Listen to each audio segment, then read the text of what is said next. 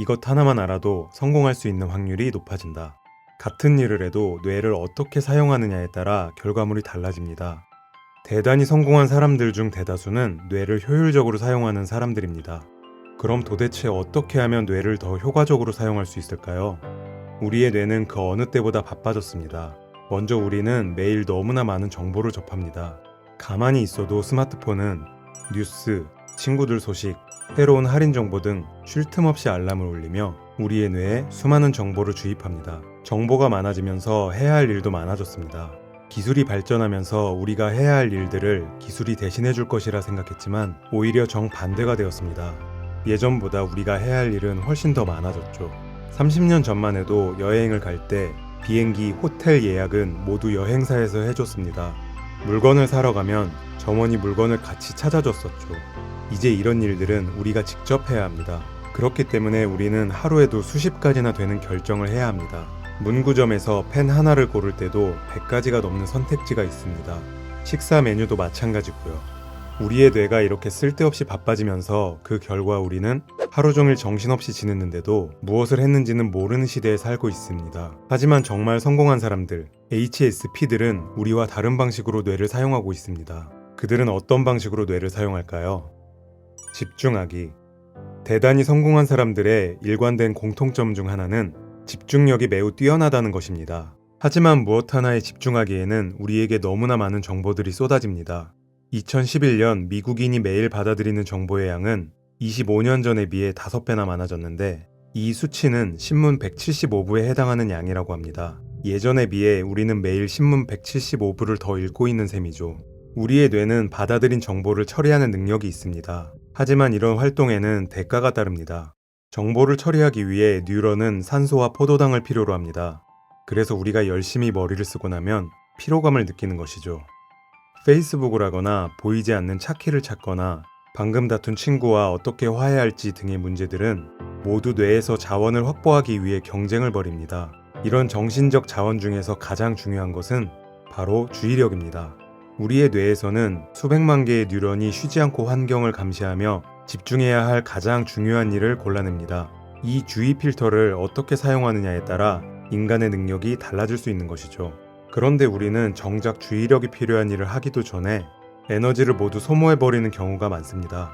한 연구에 따르면 실험자들에게 볼펜 고르기와 펠트펜 고르기 같은 사소한 문제를 여러 개 던져주고 처리하게 한 다음 뇌를 조사해보니 그 기능과 에너지가 현저히 떨어져 있는 것을 발견하기도 했습니다.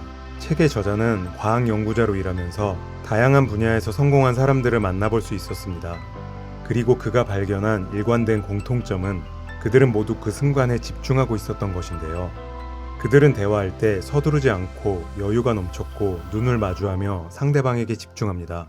그 순간에 다른 곳에 가야 한다거나 더 중요한 사람과 이야기하고 있어야 하는 것은 아닌가 하고 마음을 졸이지도 않았습니다. 그들은 어떻게 주의 필터를 최대한 좁혀 그 순간에만 집중할 수 있을까요? 성공해서 형편이 되는 사람들은 비서나 보좌진을 고용해 주의 필터를 좁히는 문제를 해결합니다. 일상의 자질구레한 문제들은 주변 사람에게 맡겨놓고 모든 주의력을 자기 앞에 놓인 일에 쏟아붓는 것이죠. 우리의 뇌는 원래 한 번에 한 가지 일에만 집중하도록 진화했습니다. 자신이 멀티태스킹을 잘한다고 생각하는 사람들은 여러 일을 동시에 한다고 생각하지만 실제로 뇌는 주의를 옮기며 한 번에 하나의 일을 처리해내는 것일 뿐입니다.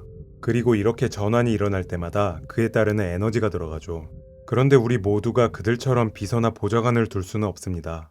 그럼 우리는 어떻게 조금 더 집중할 수 있는 환경을 만들 수 있을까요? 범주화하기.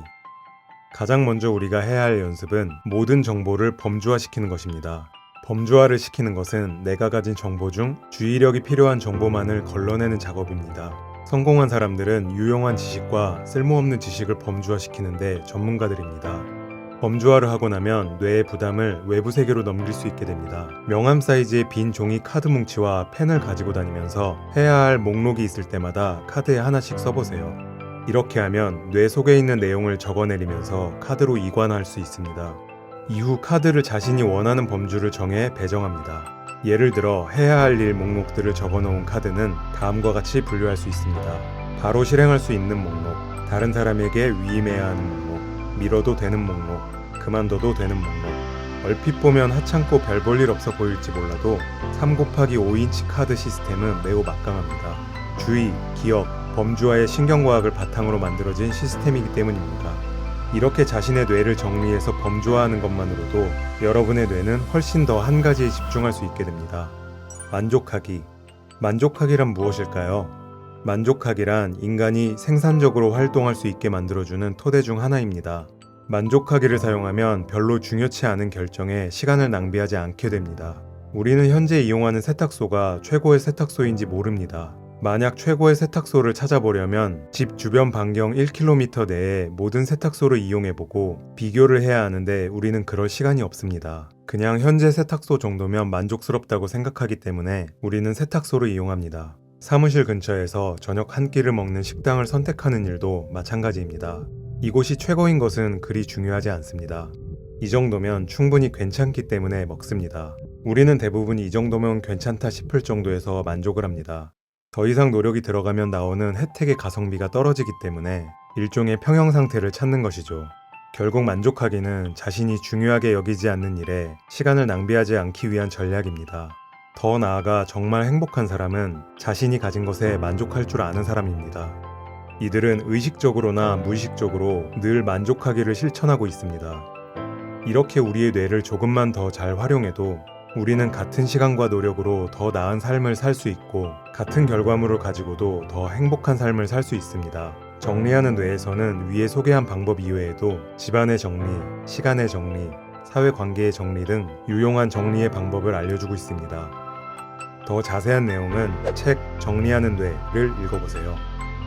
나를 바꾸는 시간 셀프메이드. 구독하고 더 나은 자신을 만들어보세요.